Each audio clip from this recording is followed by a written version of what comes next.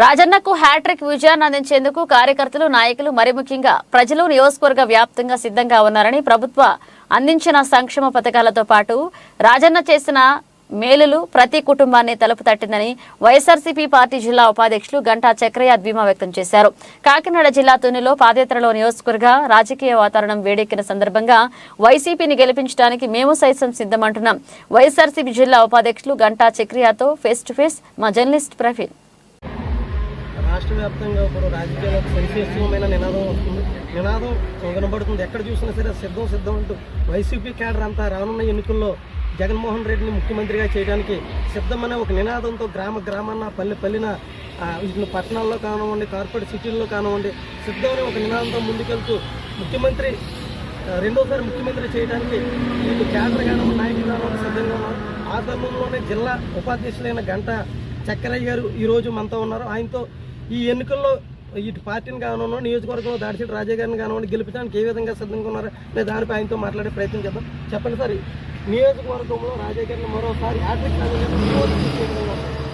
నియోజకవర్గంలో ప్రజలందరూ కూడా వైఎస్ఆర్సీపీ, అలాగే ఇవరకు 26,000 మెజార్టీ, ఇప్పుడు అలా కాదు 50,000 వస్తుంది.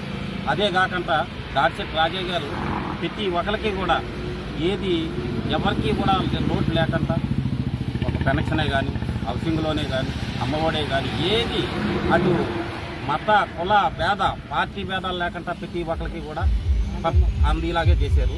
దానికోసం ఈ నియోజకవర్గంలో రాష్ట్రంలో 175 లాగా అలాగే ఈ నియోజకవర్గంలో కంపల్సరీగా 40 నుంచి 50,000 మెజార్టీ వస్తుందని మేము అందరం కూడా అందుకే కృషి కూడా చేస్తాం. అంటే ముఖ్యమంత్రి జగన్మోహన్ రెడ్డి గారు అందించిన సంక్షేమం ప్రతి పథకం ప్రతి గడపకు అందిందని మీరు భావిస్తున్నారు. ప్రతి గడపకు ప్రతి మనిషికి కూడా అటు సంక్షేమ పథకాలు ఎవరికి రానన్న రోజులు లేవు. అలాగే ఆయన సొంత నిధులతో కూడా ఎవరికి ఒంట్లో బాగోలేదన్నా, ఏదన్నా కిడ్నీ పేషెంట్ వచ్చినా, హార్ట్ పేషెంట్ వచ్చినా ఆ చేతికి ఎంత వస్తే అంత 2 లక్షలు ఉంటే 2 లక్షలు. అలాగే ఆయన కొన్ని నియోజకవర్గంలో ఒక దేవుడిగానే ప్రతి ఒక్కరు కూడా ఇంట్లో ఇంతవరకు ఎంతోమంది నాయకులు చూసాం కానీ ఏ నాయకుడు కూడా నమస్కారం పెట్టింది లేదు, ఇలా దేవుడని పూజించింది లేదు. ఈయన 2 సార్లు ఎమ్మెల్యేగా గెలిచారు, ఇప్పుడు మంత్రి అయ్యారు. ఇది 40-50 సంవత్సరాల వరకు ఆయన్ని దేవుడిగానే ఆయన ఫోటో ప్రతి ఒక్కరి ఇంట్లో కూడా పెట్టుకుని దేవుడిగానే పూజిస్తారు. అదేవిధంగా ఈ ఎన్నికల్లో ఏ పార్టీ ఏ మేరకు మెజార్టీ వచ్చే అవకాశం ఉంది, దాన్ని మీరు ఏ విధంగా ముందుకు తీసుకెళ్ళబోతున్నారు? మేము మొన్నటి వరకు అయితే 30,000 అనుకున్నాం. సిద్ధం మా జగన్మోహన్ రెడ్డి గారు సిద్ధం సభలు పెట్టిన తర్వాత ఈ టీడీపీ గవర్నమెంట్ అలాగే జనసేన గవర్నమెంట్ వాళ్ళ పద్ధతుల్లో చూసిన తర్వాత ప్రజలందరూ కూడా వైసీపీ వైపే మొగ్గు చూస్తున్నారు. ఇప్పుడు 40 నుంచి 50,000 గ్యారెంటీగా మెజార్టీ వస్తుందని మేము ఆశిస్తున్నాం. అంటే తెలుగుదేశం పార్టీ జనసేన పార్టీ పొత్తులో భాగంగా ఇప్పుడు ఎన్నికలకు సిద్ధంగా ఉన్నారు. ఈ టైంలో సామాజిక సమీకరణ కూడా బలంగా తీసే అవకాశం ఉంది. మీ సామాజిక వర్గం నుండి రాజా గారికి మరి ఎంతవరకు మద్దతు తెలిపే అవకాశం ఉంది? జనసేన పార్టీకి కూడా మీ నుండి ఓట్లు చీలే అవకాశం ఏమైనా ఉందా? మా సామాజిక వర్గం నుంచి జనసేన కేటీఎల్లో, ఎందుకంటే జనసేన లేదు కదా, ఒక టీడీపీయే. జనసేన ఏంటుంది, టీడీపీ వెనకాల ఒక బొత్తు. అలాగే మన పవన్ కళ్యాణ్ ఏది చేస్తున్నారు, ఆ చంద్రబాబు నాయుడు ఏది పట్టుకోమంటే అది పట్టుకుంటున్నాడు, ఏది చెప్తే అది చెప్తున్నాడు.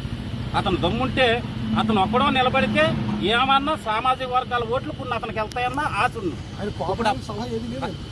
ఆయన స్వయంగా నిలబడి ఉంటే ఏమన్నా కాపుల ఓట్లు కొన్ని చీలే అవకాశం ఉంటుంది. ఇప్పుడు టీడీపీకి ఎవరేస్తారు?